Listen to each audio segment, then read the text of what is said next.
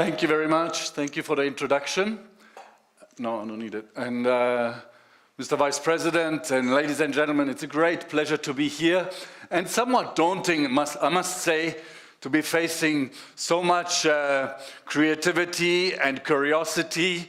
And so I'm just going to dive into it. I'm going to tell you why I'm excited about the Agenda 2030 and the Sustainable Development Goals.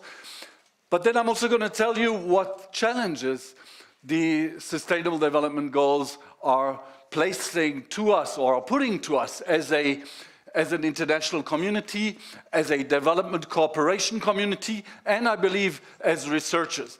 What wasn't said in a short bio is that I actually have a background also in research in plant physiology and breeding. And so it's nice to be speaking also to a research community here. Now, why is the Agenda 2030 so special? Because it is extremely rare that the international community can get together and agree on something. I believe that the Agenda 2030 was the result of about 7 or 8 years of formidable convergence among the international community. And a convergence that at its strongest gave us the Paris Climate Agreement and the Agenda 2030. And these 7 to 8 years did not start when Obama moved into the White House. They started before that. They started with the financial crisis, I believe. When Mr. Sarkozy, Mr. Bush, Madame Merkel and others sat together and wondered how can we get out of this mess? Because it's in those moments of crisis that as an international community we realize how closely connected and interdependent we are.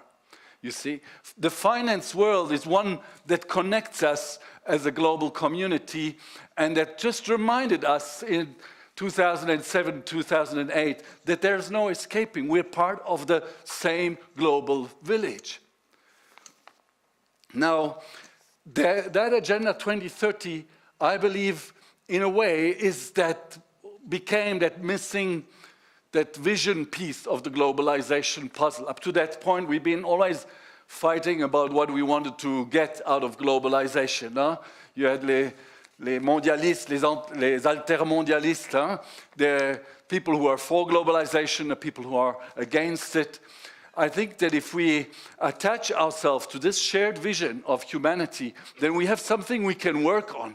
And I witnessed how the United Nations, how 193 countries came together around this shared vision. And that's something quite special. When you consider that normal parliaments with 2 or 4 or 5 major parties are very rarely come to an agreement on a consensus basis. Now, why is the Agenda 2030 different? There was, of course, the process. 3 years, first a stock-taking phase where actually a lot of researchers and academicians came and spoke about some of these areas. You know, how can we reduce inequalities? Remember the Piketty report came out about that time. How can we deal with climate change? The ICCP report. How can we make sure that the gains that we have made on health and education are actually moved to the next level? So we had that. We had discussions about what targets, what goals we have to set ourselves as a global community, because we realized, I mean, we as an international community realized that we need to hold ourselves accountable to some objectives, to some goals, to some targets, something that can be measured. So there was also a measuring system. And actually, these 17 goals, they are undergirded or underlaid by 169 targets and about 232, I believe, indicators. There is a system of statistics that is building up on what the national agencies are producing and is producing a global progress report every year. Now, obviously, there's a lot of gaps in that data cube, if you want. And there I'm already looking at you as researchers, because I believe that we will need to have a very strong partnership with research to fill these data gaps. The 2030 agenda doesn't just deal with the substance, it also deals with the financing. This is a very big part of it. This is not about, by the way, about development cooperation. The OECD released the ODA figures today and showed that ODA is stagnating or is even going down. But that's not what this is about. This is about making sure that all the economic and financial flows in our international community are actually driving change into the right direction. That means that the financial markets have to be sensitized. That means that shareholders have to require their pension funds and their companies to invest into sustainable development, into energies that are renewable, into cities that are sustainable. Now, what really made a difference, I believe, and I see Michael Möller here, so I'm a little bit I'm speaking under his control, of course, as he represents the UN. I believe that the 2030 agenda became what it was because the civil society came and pushed open the doors of what was basically a diplomatic process, you see. You had private sector, you had civil society, you had interest groups, you had people representing indigenous people, people representing people with disabilities, youth, groups that were fighting for girls and women's empowerment, all pushing open the doors of this international negotiation and placing ambition and accountability into that diplomatic process. That's what I believe made the big difference. You see, and the result was somewhat confusing. I've become a development practitioner, and we have log frames in our DNA. We have results, matrices, you know, that's how we think. You know? And so when you give me 17 goals and 169 targets, you know, and then, how do these actually separate from each other? You realize that this is not something that a scientist built. It's not something that a development practitioner established.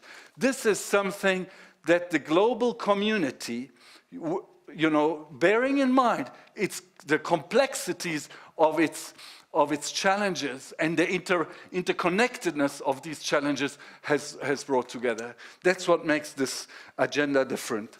Now, of course, I'm not naive, and I'm not utopian. I spend a lot of my year traveling around the world.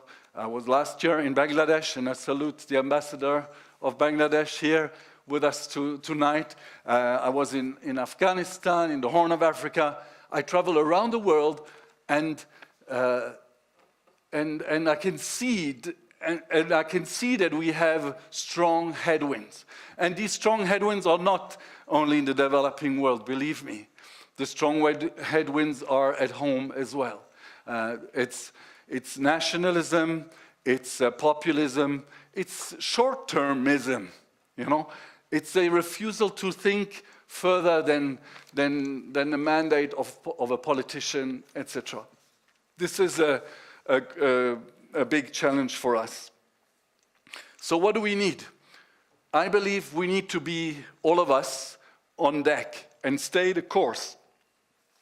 We want to make sure that our institution, that our country actually shoulders the weight that it can shoulder in order to bring us to this shared vision of humanity.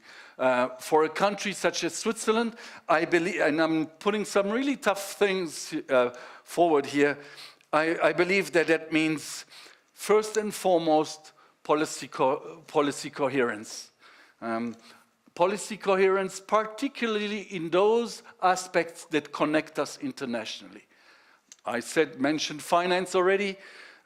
Trade is important because as a rich country, we tend to be very good at externalizing the social and the ecological footprint of our standard of living.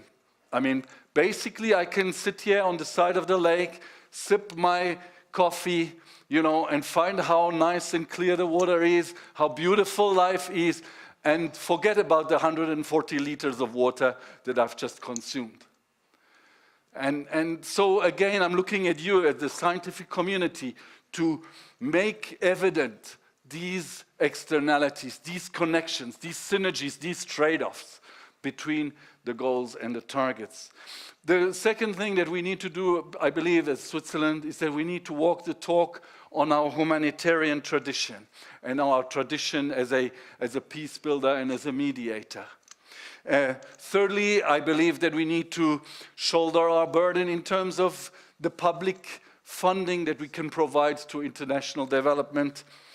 And fourthly, and you won't be surprised, I believe that we need to leverage our research, Mr. Vice President, our research and our innovation to make sure that these goals can be achieved. That the dilemmas, that the challenges, that the trade-offs can be overcome, that the synergies can be achieved. Now, how can the Agenda 2030 be used as a kind of a quality test in our work? That's my last part before I end.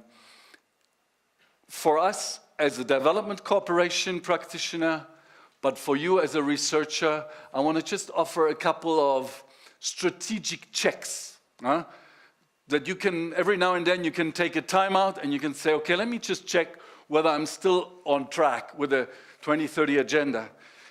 Firstly, the goals are interdependent and interconnected. They're indivisible. So if you're thinking, or if we in our development work are thinking just on one goal, on one track, there's a likelihood that we're wrong. You know, bring in these specialists from the other areas and look at the problem from a multidisciplinary way. Otherwise, we're probably going the wrong direction. Secondly, the synergies are real. We have to get the synergies, but the trade-offs are real also. Let's not be blind about the trade-offs. You cannot very quickly grow GDP while maintaining the kind of livelihoods that we have and style of living that we have. So being real about the trade-offs is the second point. Thirdly, remember that this 2030 agenda is actually rooted in the Universal Human Rights Declaration. That is why it has a very ambitious and absolute feel to it. If you look at the way the targets are formulated, they are actually very absolute. There is a principle to this agenda that says that nobody should be left behind. So basically the question is, if a significant economic or social or ethnic group is left behind, our development is not sustainable. That's what this agenda is saying. So the question we have to ask ourselves is, in our work, are there some major groups that are completely being left behind or that are being disadvantaged, or are the inequalities being skewed against them? Then finally, what are we doing with our data?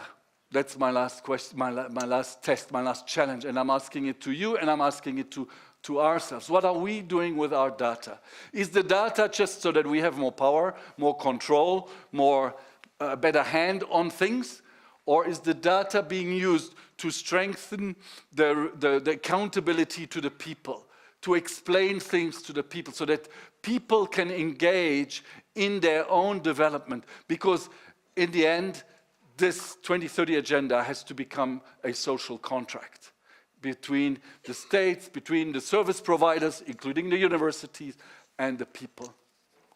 So, in a conclusion, I'm convinced that this 2030 agenda for sustainable development is the missing vision piece of the globalization puzzle, but I'm also convinced that we will never achieve it without the power of innovation and creativity, and that's why I think we're all here tonight. Thank you very much.